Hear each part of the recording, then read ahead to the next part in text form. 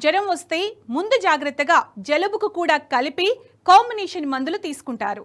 అవసరం ఉన్నా లేకున్నా 3 పూటలు బిళ్ళలు వేస్తూనే ఉంటాం.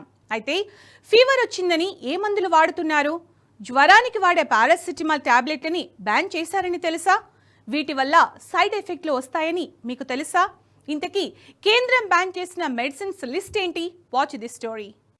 సాధారణంగా మనం జ్వరం వస్తే ముందు జాగ్రత్తగా జలుబు కూడా కలిపి కాంబినేషన్ మందులు తీసుకుంటాం. యాంటీబయాటిక్ కూడా 2-3 రకాలు కలిపి ఉన్న కాంబినేషన్లు ఎక్కువగా వాడుతుంటారు. ఇలా అవసరం ఉన్నా లేకపోయినా ఇష్టానుసారం మందులు వాడకం వల్ల లేని ప్రమాదాలను కొని తెచ్చుకోవడమేనని వైద్య నిపుణులు ఆందోళన వ్యక్తం చేస్తున్నారు. అందుకే ఇబ్బందికరమైన 35 రకాల ఔషధాలను నిషేధిస్తూ కేంద్రం కీలక నిర్ణయం తీసుకుంది. భారత ప్రభుత్వం దేశవ్యాప్తంగా 35 రకాల మందుల తయారీ, అమ్మకాలు, పంపిణీని నిషేధించింది. ఈ మందులు ఫిక్స్డ్ డోస్ కాంబినేషన్స్ అనే సమ్మేళన ఔషధాలు. అంటే 2 లేదా అంతకంటే ఎక్కువ మందులు కలిపి ఒకే మాత్రలో ఇచ్చే మందులు అన్నమాట. వీటిని కాక్టైల్ డ్రగ్స్ అని కూడా పిలుస్తారు.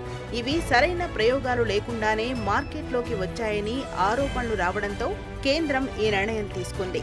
డ్రగ్ కంట్రోలర్ 35 రకాల ఔషధాలను కేంద్రం బ్యాన్ చేసింది. ఈ మేరకు డ్రగ్ స్టాండర్డ్ కంట్రోల్ ఆర్గనైజేషన్ రాష్ట్రాలను ఆదేశించింది. డ్రగ్ అండ్ కాస్మెటిక్స్ యాక్ట్ 1940ని పాటించడం లేదని 35 ఫిక్స్డ్ డోస్ కాంబినేషన్ మందుల తయారీని, అమ్మకాలను నిలిపివేసింది. ఆ మందుల తయారీదారులకు షోకాజ్ నోటీసులు జారీ చేసింది. ఇందులో నొప్పి నివారకాలు, బీపీ, షుగర్ మందులు కూడా ఉన్నాయి. ఇకపై ఈ మందులు మార్కెట్లో కనపడకపోవచ్చు.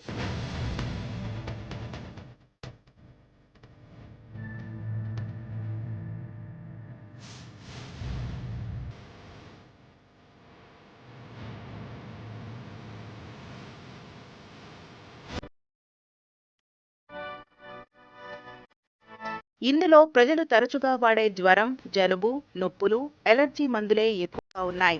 ప్రజలు ఎక్కువగా కాస్త ఒళ్ళు నొప్పులుండగానే నొప్పులతో పాటు పారాసిటమాల్ కాంబినేషన్ మందులు తీసుకుంటారు. అందుకే aceclofenac 500 mg plus paracetamol 125 mg, cetirizine HCl plus paracetamol కాంబినేషన్లను కూడా కేంద్రం నిషేధిత లిస్టులో ఉంచింది. జ్వరం, జలుబు, ఎలర్జీలు, నొప్పుల కోసం ఉపయోగించే యాంటీ బ్యాక్టీరియల్ మందులు కూడా ఈ లిస్టులో ఉన్నాయి.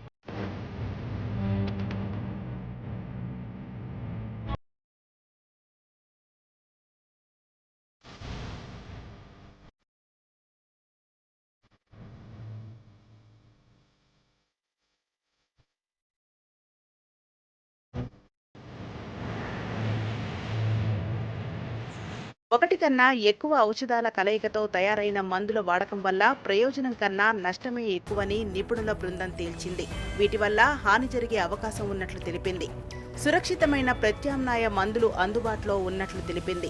కాంబినేషన్ మందుల వల్ల రోగులకు ప్రయోజనాలు చేకూరకపోగా మరింత నష్టం జరిగే ప్రమాదం ఉందని హెచ్చరించింది. చిన్న చిన్న జబ్బులకు ఇష్టానుసారం మందుల దుకాణాల నుంచి టాబ్లెట్లు కొని వేసుకోవద్దని, దీర్ఘకాలంలో అవి అవయవాలపై దుష్ప్రభావం చూపుతాయని హెచ్చరించారు.